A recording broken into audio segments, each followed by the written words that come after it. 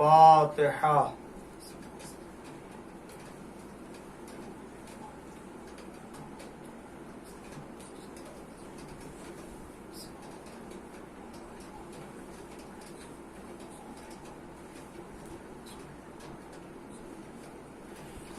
أعوذ بالله السميع العليم من الشيطان اللعين الرجيم.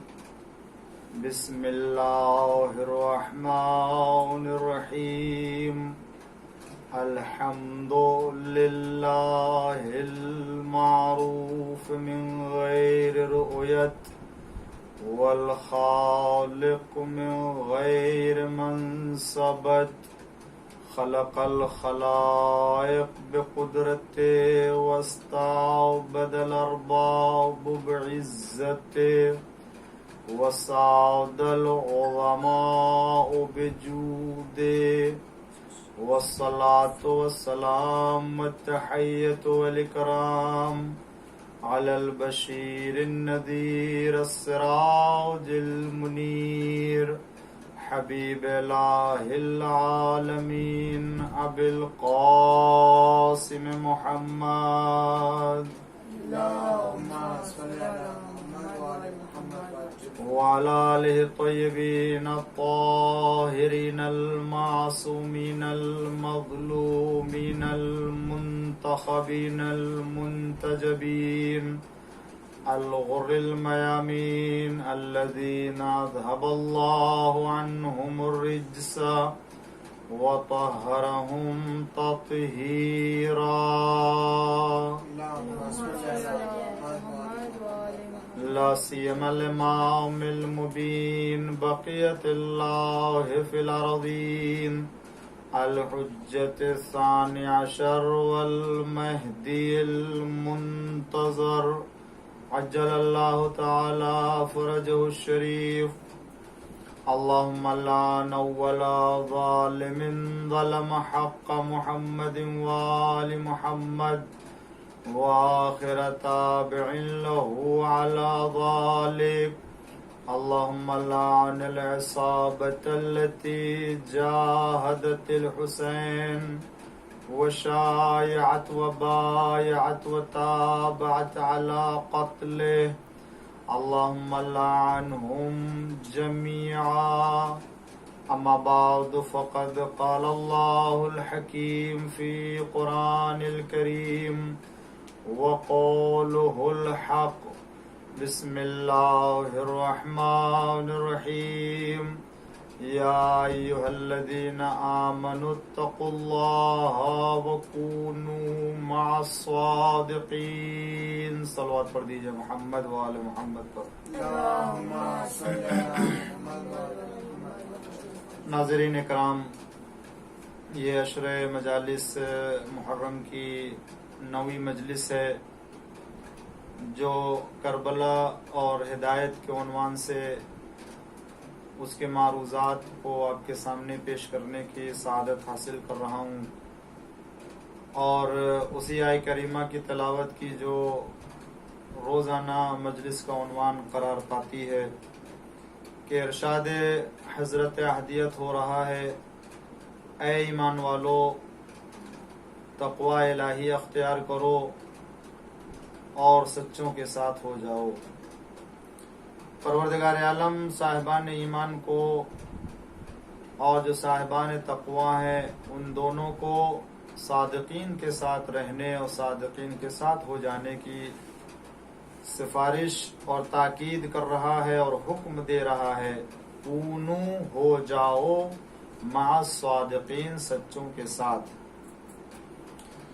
اس آیہ کریمہ کے ذیل میں نے آپ کے سامنے متعدد طریقے سے اور عنوان سے میں نے ہدایت اور اہل بیت علیہم السلام کے مذہب کی حقانیت کی طرف اشارہ کیا، اور آپ تمام ناظرین اکرام نے محسوس کیا ہوگا کہ دنیا میں اہل بیت کا مذہب ہی وہ حق مذہب ہے کہ جس کی طرف انسان اور مسلمان جو بھی ہے وہ اس کی تعلیمات سے متاثر ہو کر کے کھنچتا چلا آ رہا ہے، اور اہل بیت کی پاکیزہ ہدایت سے فیضیاب ہو رہا ہے۔ اور یقیناً کیوں نہ، اس لیے کہ کربلا وہ ہدایت ہے کہ جہاں آ کر کے انسان واقعاً اپنے انسانی کمال اور انسانی مرتبہ اور انسانی درجے کو محسوس کرتا ہے کہ اللہ نے اسے تمام انسانوں میں اشرف مخلوقات قرار دیا۔ یہ انسانی کمال اسے کربلا سے ہدایت ملنے کے بعد ہی احساس ہوتا ہے۔ امام حسین علیہ السلام نے جو اپنی قربانی اور اپنے ساتھیوں کی قربانی کربلا کے میدان میں پیش کی ہے، یہ عالم انسانیت کی ہدایت کے لیے، عالم انسانیت کی رہنمائی کے لیے، تمام مخلوقات کی ہدایت کے لیے قربانی دی ہے۔ آپ کی یہ قربانی نہ حکومت کے حاصل کرنے کے لیے، نہ اقتدار حاصل کرنے کے لیے، نہ ہی کسی طرح کی طاقت جمع کرنے کے لیے تھی، بلکہ جو منصب اللہ نے امامت اور خلافت کا آپ کو عطا کیا تھا، اس امامت اور خلافت کے تقاضے کو لوگوں کے سامنے پیش کرتے ہوئے اسلام کی حاکمیت اور نمائندے پروردگار کی حاکمیت کو انسانوں کے درمیان ثابت کر رہے تھے، اور کیا اور بتا دیا کہ اگر انسانیت کی رہنمائی کے لیے کوئی صلاحیت رکھتا ہے تو سوائے محمد اور آل محمد علیہ السلام کے کوئی دوسرا نہیں ہو سکتا ہے۔ اس لیے کہ کربلا ہی کی قربانی میں وہ تمام کمالات، وہ تمام اوصاف نظر آئیں گے جو ایک بہترین مذہب اور حقیقی مذہب اور حق مذہب کے اندر کوئی چیز پائی جا سکتی ہے۔ دنیا میں اور بہت سے قربانیاں دی گئی ہیں اور بہت سے لوگ شہید کیے گئے، راہ خدا میں بھی اور بہت سے قربانیاں دی گئی ہیں، لیکن ناظرین اکرام، آپ محسوس کریں اور اس بات کو تسلیم کریں کہ جنگ احد ہو یا جنگ خیبر ہو یا جنگ بدر ہو یا جنگ احزاب ہو، جتنی بھی جنگیں لڑی گئی ہیں، ان تمام جنگوں میں مسلمانوں نے بڑھ چڑھ کے حصہ لیا اور واقعاً غازی قرار پائے، شہید ہوئے، لیکن وہ دوام اور وہ مقام اور وہ منزلت شہدائے احد کو بھی نہیں جو شہدائے کربلا کو حاصل ہے۔ وہ مقام دیگر جنگوں میں بھی نہیں شہیدوں کو ملا جو امام حسین علیہ السلام کے ساتھ کربلا کے میدان میں لوگوں نے امام حسین علیہ السلام کے اوپر اپنی جان قربان کی، اور امام حسین علیہ السلام نے اپنی جان کو دین خدا کی حفاظت کے لیے قربان کر دی ہے۔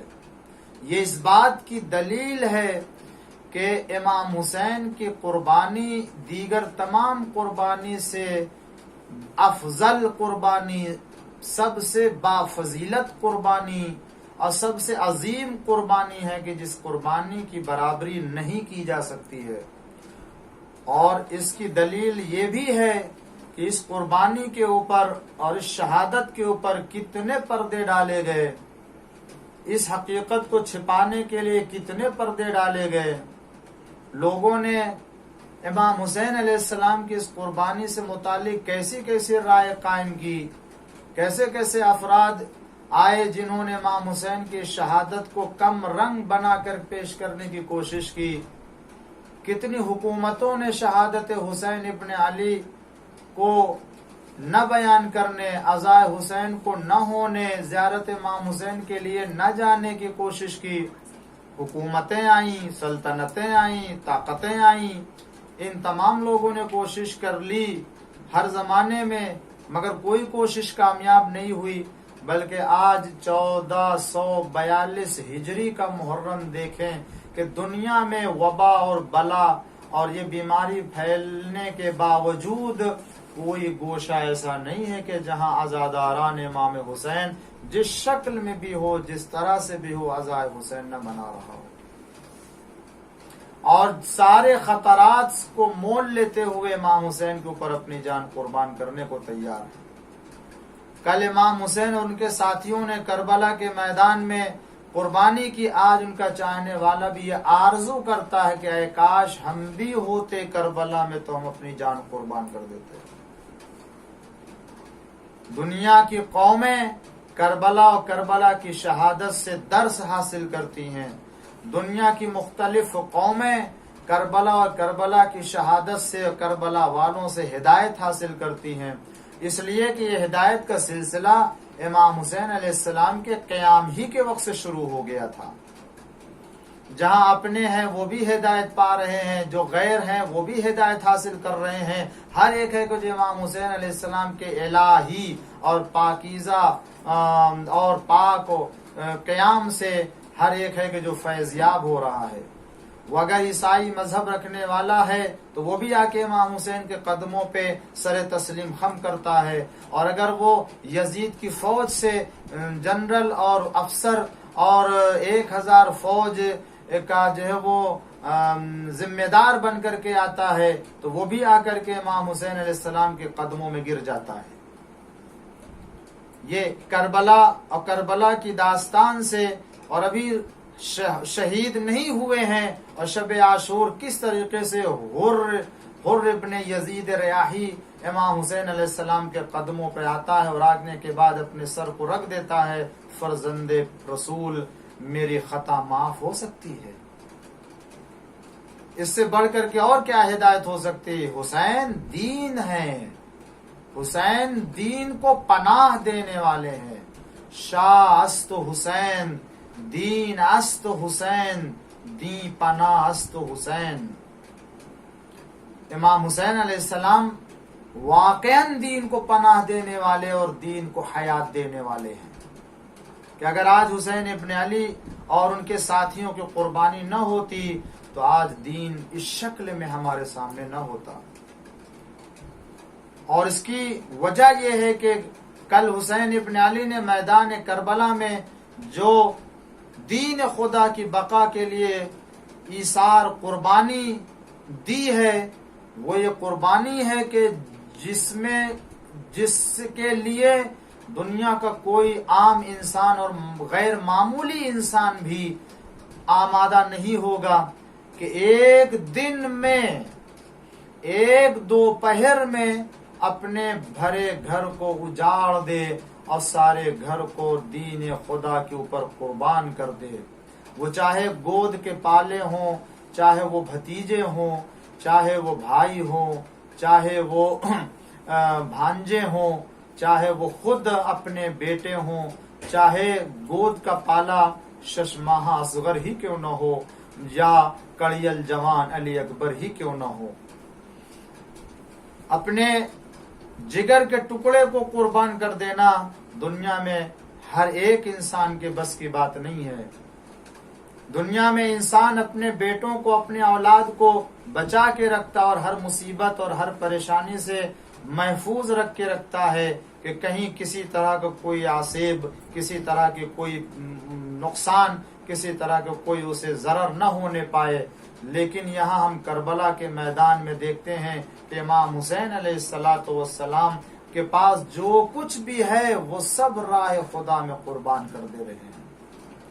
عزاداروں، آج محرم کی 9 تاریخ ہو چکی ہے، اور 9 تاریخ وہ تاریخ ہے کہ جہاں کربلا میں یزید کی تمام فوجوں نے امام حسین علیہ السلام کو اکیلا گھیر لیا ہے، اور امام حسین کے ساتھیوں کو تنہا گھیر لیا گیا ہے اور بس جنگ کرنے کے لیے آمادہ ہیں، مگر حسین ابن علی نے ایک رات کی مہلت لی ہے تاکہ اللہ سے راز و نیاز کر لے، تاکہ اللہ کی عبادت میں یہ رات زندگی کی آخری رات بسر ہو جائے، اس لیے کہ خدا جانتا ہے کہ حسین کو نماز سے کتنی محبت ہے، خدا جانتا ہے کہ حسین کو عبادت پروردگار میں کتنا لطف آتا ہے، یہی وجہ ہے کہ رات عبادت پروردگار میں گزرتی ہے۔ یہ شب عاشور جب آتی ہے تو یہ شب عاشور ہر ایک چاہنے والا خیمے میں اب عبادت پروردگار میں مصروف، کوئی تلاوت قرآن، کوئی نماز، کوئی دعا، کوئی مناجات، اس طریقے سے ہر ایک کے عبادت کے اور مناجات سے دعا آواز آ رہی ہے جیسے شہد کی مکھیاں ہوتی ہیں اور وہ ان کی آواز آتی ہے۔ یہاں چاہنے والے ہیں حسین کے، سب عاشق ہیں، اور یہ پروانے ہیں کہ جو ایک رات جو آخری زندگی ہے، 3 دن کے بھوکے پیاسے بھی ہیں، مگر واقعاً دنیا کو اگر بندگی سیکھنا ہے تو کربلا والوں سے سیکھے، دنیا کو اگر عبادت کا سلیقہ سیکھنا ہے تو حبیب ابن مظاہر سے سیکھے، اگر دنیا کو خدا سے راز و نیاز کا انداز سیکھنا ہے تو کڑیل جوان علی اکبر سے سیکھے، اگر کسی کو خدا سے مناجات کرنا سیکھنا ہے تو حسین ابن علی۔ یہاں دیکھیے ہر ایک ہے کہ جو خدا کی عبادت اور خدا کی بندگی میں مصروف ہے۔ اللہ اکبر، یہ 3 دن کے بھوکے پیاسے ہیں، مگر ایسا لگتا ہے کہ دنیا کی کوئی چیز انہیں تکلیف نہیں پہنچا رہی ہے، نہ کھانا نہ پانی، صرف ایک مقصد ہے کہ کل جنگ شروع ہو تو ہم سب سے پہلے اپنے آقا کے اوپر قربان ہو جائیں، ہم اپنے آقا کے اوپر اپنی جان قربان کر دے۔ بچے ہیں تو آمادہ ہیں، بوڑھے ہیں تو آمادہ ہیں، جوان ہے تو وہ آمادہ ہیں، عورت ہے تو وہ اپنے بچوں کو حوصلہ دے رہی ہے، اگر خاتون ہے تو وہ اپنے بچے کو حوصلہ دے رہی ہے، بڑے بچے ہیں تو ان کو تسلیاں دی جا رہی ہیں، چھوٹے بچے ہیں تو ان کو یہ سمجھایا جا رہا ہے کہ کل دیکھو جب رن پڑے تو تم سب سے بڑھ کر کے عزادارو۔ صبح عاشور نمودار ہوئی اور پہلے ہی حملہ جو ہوا ہے تو حسین کے بہت سے ساتھی کام آ گئے، بہت سے ساتھی قربان ہو گئے تھے، کئی چاہنے والوں کو قربان ہونا پڑا اسی حملے اولا میں، مگر ارباب ازا دن بڑھتا رہا، دن چڑھتا رہا، چاہنے والے جاتے رہے، غلام جاتے رہے، باہر کے چاہنے والے جاتے رہے۔ باری آئی خاندان بنی ہاشم کی، کبھی اولاد عقیل جا رہے ہیں، کبھی مسلم کے بیٹے جا رہے ہیں، کبھی چاہنے والے کے علاوہ کوئی خاندان کا، اور کبھی مولا علی کے فرزند جا رہے ہیں، ہر ایک ہے، مگر ایک مرتبہ حسین آواز دیتے ہیں، بنیا تقدم، اے میرے بیٹے آگے بڑھو، اے میرے لال تم بھی اپنی جان قربان کرو۔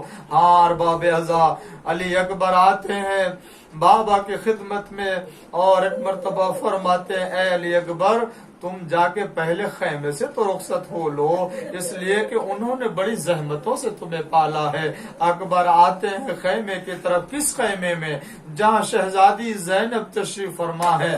آتے اور آنے کے بعد علی اکبر ایک مرتبہ سر جھکا کے کھڑے ہو جاتے ہیں۔ شہزادی زینب نے اکبر کو دیکھا، سر سے پیر تک دیکھنا شروع کیا۔ اکبر کس لیے آئے ہو؟ اکبر کس لیے آئے ہو؟ پھوپھی اماں مرنے کی اجازت دے دیجئے، مرنے کے میرا بابا نرغ آدھا میں اکیلا ہے، مجھے مرنے کی اجازت دے دیجئے۔ ایک مرتبہ فرماتی ہیں، اکبر کیا میں نے اسی دن کے لیے تم کو پالا تھا؟ کیا میں نے تم کو اسی دن کے لیے پالا تھا کہ تم ہم سے آ کے مرنے کی اجازت لو؟ ہاں، ایک مرتبہ اکبر نے عجب جملہ کہا، پھوپھی اماں اگر آپ مرنے کی اجازت نہیں دیتی تو نہ دیجئے، مجھے کوئی اعتراض نہیں ہے، مگر کل جب دادی نے محشر میں پوچھ لیا کہ میرا حسین عزیز تھا یا تمہارا اکبر، تو پھوپھی اماں آپ جواب دیجئے گا، میں تو خاموش رہوں گا، میں یہ سننا تھا۔ شہزادی تڑپ گئی، فرمایا اے اکبر جاؤ، اکبر جاؤ، میں اکئی اکبر اپنے بھائی حسین پر قربان کر سکتی ہوں، ایک اکبر کی بات نہیں۔ چلنا چاہتے ہیں مگر عزادارو یہ جب رخصتی ہے خیمے سے، کہ اب تک جو بھی شہید گیا ہے یہ منظر دیکھنے کو نہیں ملا ہے۔ راوی کہتا ہے جب بھی اکبر خیمے سے باہر نکلنا چاہتے ہیں خیمے کا پردہ اٹھتا تو ہے مگر پھر اکبر نہیں نکلتے، خیمے کا پردہ گر جاتا ہے۔ اس طریقے سے 7 مرتبہ خیمے کا پردہ اٹھا اور خیمے کا پردہ گرا.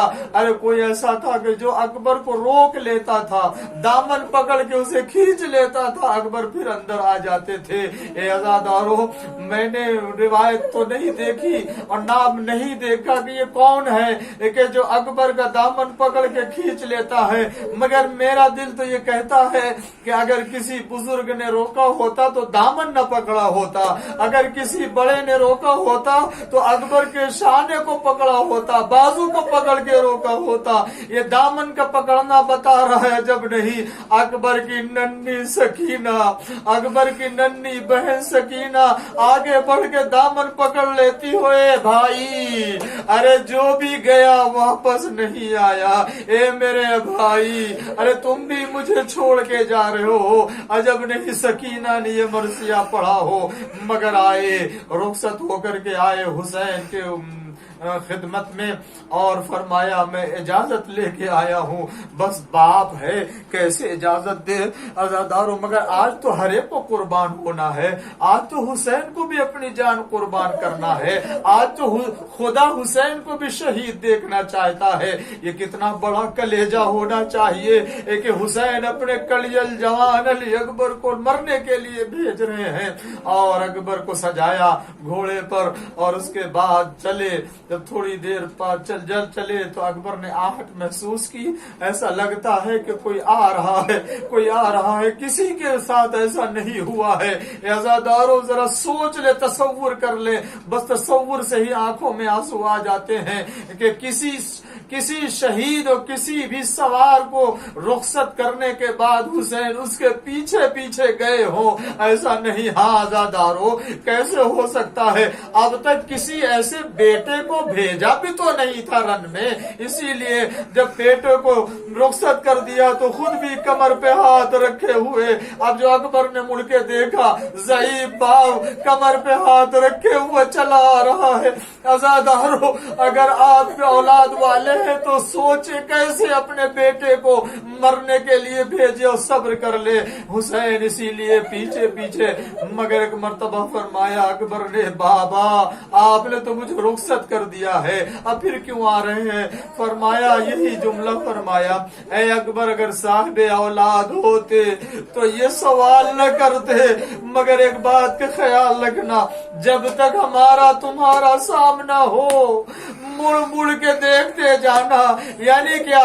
رسول اللہ کی زیارت کرتا جاؤں گا. جب تک تم مڑ کے دیکھو گے اس وقت میں جب تمہیں دیکھوں گا تو رسول کی زیارت ہوتی رہے گی.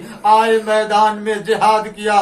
اکبر نے بہت سے ظالموں کو مارا, قتل کیا, واصل جہنم کیا. ہاں کیوں؟ اس لیے کہ حسین کا لال تھا, اس لیے کہ علی کا لال تھا, اس لیے کہ خاندان بنی ہاشم کا بہادر ہے, علی والا ہے. کیوں؟ اس لیے کہ حسین کا بیٹا ہے. آئے جنگ کی, جہاد کیا, ایسی جہاد کی, ایسا جہاد کیا کہ ہاں ظالموں کو معلوم ہو گیا کہ کس کا ساتھ ہے. مگر ہاں 3 دن کا بھوکا ہے, اکبر پیاسے ہیں. اسی لیے تو دوبارہ کوئی شہید اس طرح سے پلٹ کے نہیں آیا ہے دوبارہ. اس کی کئی وجہ ہو سکتی ہے. خود بیویوں کی دعائیں بھی تھی, خود علی اکبر کو پیاس بھی تڑپائے جا رہی تھی. مگر آئے ہیں تو میں یہی سوال کیا, بابا اگر ایک قطرہ آپ مل جائے تو ان تمام ظالموں کو واصل جہنم کر دوں. آزادارو, اتنا بے بس حسین کو کبھی میں نے نہ دیکھا.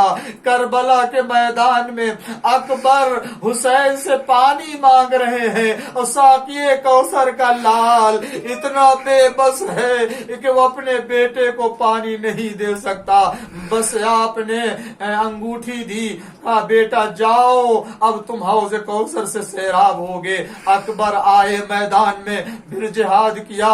مگر عزیزو, ایک روایت تو یہ بھی بتاتی ہے کہ ادھر حسین کی نظر اپنے بیٹے کے اوپر تھی اور فضا آقا کے چہرے کے اوپر نظر جمائے ہوئے تھی, اور اس طرح سے خیمے میں خبر پہنچ جاتی تھی کہ اکبر کی ابھی خیر ہے اور اکبر ابھی دنیا میں ہے, کوئی خطرہ نہیں ہے. لیکن ایک مرتبہ فضا نے آقا کے چہرے پر عجب اداسی دیکھی اور عجب اضطراب دیکھا تو بس سمجھ گئی کہ اب اکبر کی خیر نہیں ہے. خود حسین نے کہا اے بیویو ارے اب اکبر کی سلامتی کی دعا نہ کرنا, اب اکبر مرنے کے لیے گئے ہیں. تھوڑی دیر کے بعد آواز آئی اکبر کی کہ بابا میرا سلام قبول کیجئے, اس لیے کہ ظالموں نے شبیہ پیغمبر کے ٹکڑے ٹکڑے کر دیے تھے, اور ایک تیر سینے پر جب آ کے لگا اکبر گھوڑے سے زمین پر تشریف لائے, اور ایک مرتبہ حسین آئے قریب, دیکھا لال زمین میں ہے, خون میں نہایا ہوا ہے. بیٹے کو دیکھا کہ ایک ہاتھ سے کسی چیز کو سینے پر چھپائے ہوئے ہے. کہا اے بیٹا کوئی تکلیف ہے تمہیں؟ کہا بابا نیزے کی انھی میرے سینے میں چبھ گئی ہے. ایک مرتبہ حسین نے ہمت کی اور گھٹنے کو ٹیکا, آستین الٹی اور کہا بسم اللہ و باللہ و فی سبیل اللہ. اب جو نیزے کی انھی کھینچی اکبر کے تو اکبر کا کلیجہ ساتھ میں نکل آیا, خون کا فوارہ. اکبر دنیا سے رخصت ہو گئے.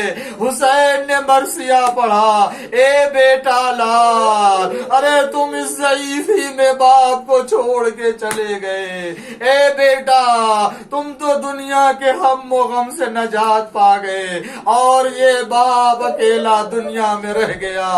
ایک مرتبہ حسین نے بلایا, ضعیف باپ ہے, اے بنی ہاشم کے بچوں آؤ. یہ ضعیف باپ سے جوان بیٹے کا لاشا اٹھایا نہیں جا رہا.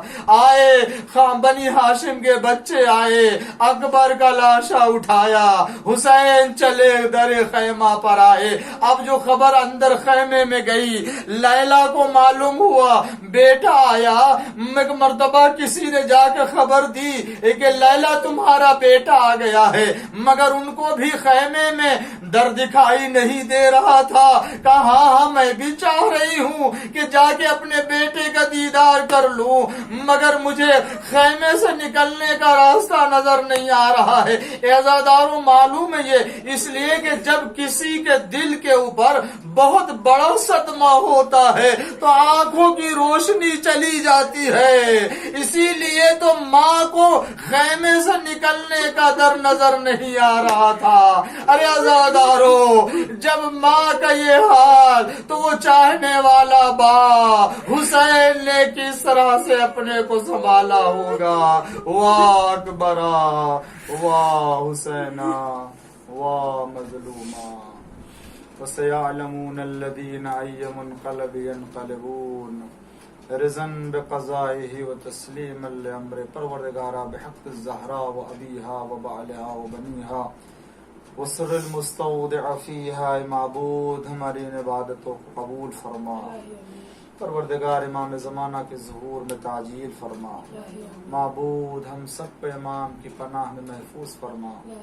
پالنے والے دنیا میں آزادار جہاں بھی بستے ہیں اللہ ان سب کے جان مال اولاد اسباب کی حفاظت فرما. پالنے والے عزائے حسین منانے والے, شب بیداری کرنے والے, جلوس نکالنے والے, جہاں بھی گوشے میں جس طرح سے مصروف عزا ہے اللہ ان کے توفیقات میں اضافہ فرما, اور ان کے عزا کو قبول فرما, ان کی ہر طرح سے حفاظت فرما. دنیا سے اس بیماری کا خاتمہ فرما. اے معبود جو بیمار شفا کلی عنایت فرما. اے پروردگار اس عزاداری کو ہمارے نام اعمال میں قرار فرما, اور اس مجلس کو ذخیر آخرت و ذخیر شفاعت قرار فرما. بحق محمد والہ الطاہرین.